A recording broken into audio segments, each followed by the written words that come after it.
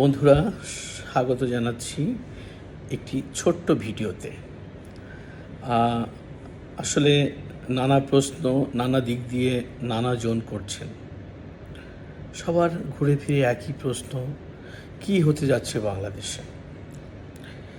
বাংলাদেশে 2024 সালের 5 আগস্ট যে ঘটনাটি ঘটেছে সেটি ইতিহাসের একটি নির্মম ঘটনা। একটি বড় ষড়যন্ত্র হয়েছে দেশের বিরুদ্ধে। একটি সরকার উৎখাত নয়, আসলে 2024 সালের 5 আগস্ট বাংলাদেশে বাংলাদেশকে দখলের ষড়যন্ত্র ছিল। সেই ষড়যন্ত্র আজ উন্মোচিত এবং গত 9 মাসে বাংলাদেশে যা ঘটেছে তা শুধু বাংলাদেশের মানুষের জন্য ঘটেনি, ঘটেছে একটি বিশেষ গোষ্ঠীর জন্য, যে গোষ্ঠীটি এই 5 আগস্ট ঘটনার নেপথ্যের কারিগর ছিল। এবং এখানে সাধারণ জনতার নামে যারা যে আন্দোলনটি তৈরি হয়েছিল এবং সাধারণ জনতা যে রাস্তায় নেমেছিল, সেই জনতা কিন্তু আজকে ঠিক ঘুরে দাঁড়িয়েছে। তারা বুঝতে পেরেছে যে 2024-এর 5 আগস্ট বাংলাদেশে শেখ হাসিনাকে উৎখাতের পিছনে কাদের ষড়যন্ত্র ছিল, কেন ষড়যন্ত্র ছিল। সেই মূল ষড়যন্ত্রকারীদের কথা শেখ হাসিনা নিজেই প্রকাশ করেছেন বিভিন্ন মাধ্যম। আজ সরাসরি মায়ানমারকে মানবিক যে করিডোর তা নিয়ে আলোচনা উঠলেই তা কিন্তু একদম স্পষ্ট হয়ে গেছে যে 2024-এর 5 আগস্ট বাংলাদেশের এই শেখ হাসিনা সরকারকে উৎখাতের কী ষড়যন্ত্র ছিল, কেন ষড়যন্ত্র করা হয়েছিল, উদ্দেশ্যটা কী ছিল। এখন প্রশ্ন হচ্ছে যে বাংলাদেশে এখন কি হতে যাচ্ছে। হ্যাঁ, বাংলাদেশে যে সরকার ব্যবস্থাটি কায়েম করা হয়েছে 2024-এর 8 আগস্ট, সেই সরকার ব্যবস্থাটি পুরোপুরি মার্কিনদের একটি রাষ্ট্র, সরকার, যে সরকারটিতে আমেরিকান প্রতিনিধিরা নানা জায়গায় নানাভাবে ঢুকে পড়ে এবং ডক্টর ইউনূস সহ উপদেষ্টা পরিষদের অধিকাংশ সদস্যই যারা আমেরিকার পাপেট।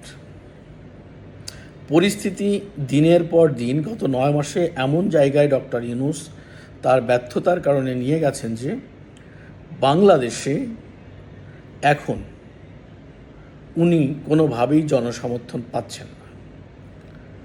এবং বাংলাদেশ সেনাবাহিনীর যে শক্তি উনি কাজে লাগিয়ে ওনার সংবিধান বিরোধী, দেশ বিরোধী কর্মকাণ্ড এবং মুক্তিযুদ্ধের চেতনা বিরোধী শক্তিকে উনি যে কাজে লাগিয়ে ক্ষমতায় টিকে থাকার প্রচেষ্টা করেছিলেন, সেনাপ্রধানের বক্তব্যে সেটি প্রকাশ পাবার পর যে ওনার সঙ্গে সেনাবাহিনী ওনার এই দেশ বিরোধী কোনো কাজের সঙ্গে নেই, সেটি উনি উপলব্ধি করার পর উনি পদত্যাগের গল্প ভেদেছেন।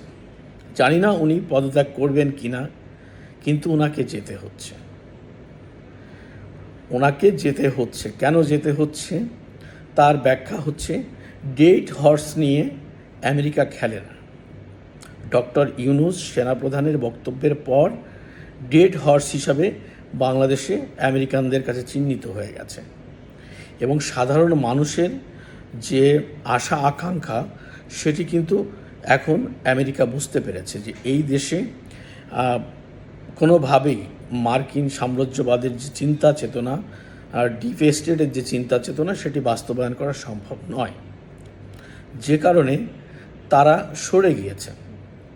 এবং ডক্টর মোহাম্মদ ইউনূস এই পরিস্থিতিতে দাঁড়িয়ে বলার চেষ্টা করছেন যে তিনি একটি জাতীয় ঐক্য করতে চান, সবাই ওনাকে জোর করে ক্ষমতায় রাখতে হবে, পরিস্থিতি উনি সেটি বোঝাতে চাচ্ছেন।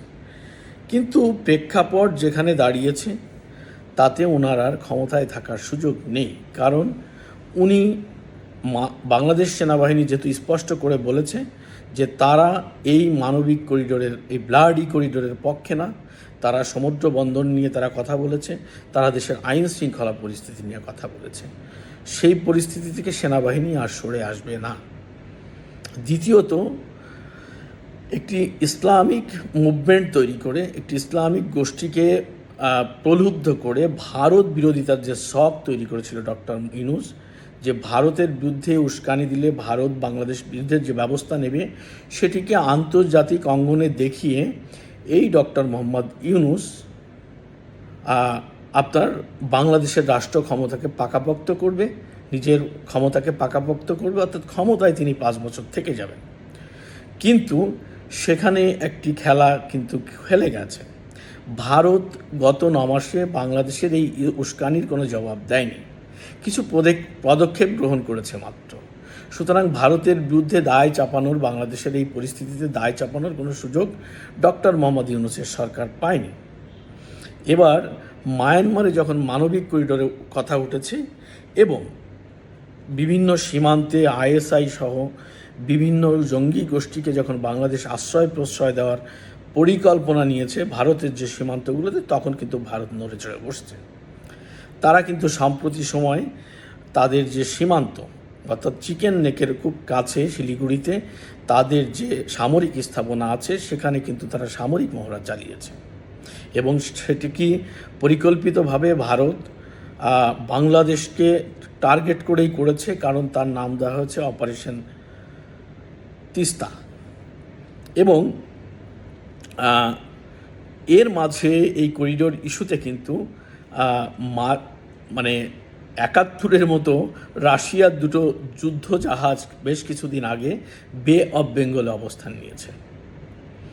এবং সর্বশেষ খবর অনুযায়ী গত 2 দিন ধরে ভারত যেখানে তাদের যে ইয়েটা আছে আপনার নৌ যে মানে কি বলে এটাকে, নৌজোনে যে এয়ারবেসটি রয়েছে সেটি হচ্ছে আন্দামান নিকোবর কোস্টাল জোনে। সেই আন্দামান নিকোবর কোস্টাল জোনে এয়ার রেস্ট্রিকশন জারি করা হয়েছে, অর্থাৎ সেখানে ওই অঞ্চলে যে কোনো সময় যাতে এয়ার ডিল হয়, করতে যায় বা করতে পারে ভারত, সেই বিষয়টি কিন্তু নজরে এসেছে আমাদের। এবং সেখানে তিনি কঠোরভাবে ভারত সরকার কঠোরভাবে সেই অঞ্চলটিতে এয়ার স্ট্রাইক করার জন্য একটি পদক্ষেপ কিন্তু নিয়েছে। এবং আরেকটি ভয়ঙ্কর খবর ইউনূসের জন্য হচ্ছে যে ইতিমধ্যে বাংলাদেশের আরাকান মানে সীমান্তবর্তী যে মায়ানমারের আরাকান অঞ্চল, সেই অঞ্চলে মানে কি বলে যে মিয়ানমারের যে জান্তা বাহিনী, সামরিক বাহিনী, তারা কিন্তু আক্রমণ এয়ার স্ট্রাইক জোরদার করেছে মায়ানমার, এবং তাদেরকে সর্বাত্মকভাবে সহযোগিতা করছে চীন। বরাবরই চীন মায়ানমারের সামরিক জান্তার সাথে।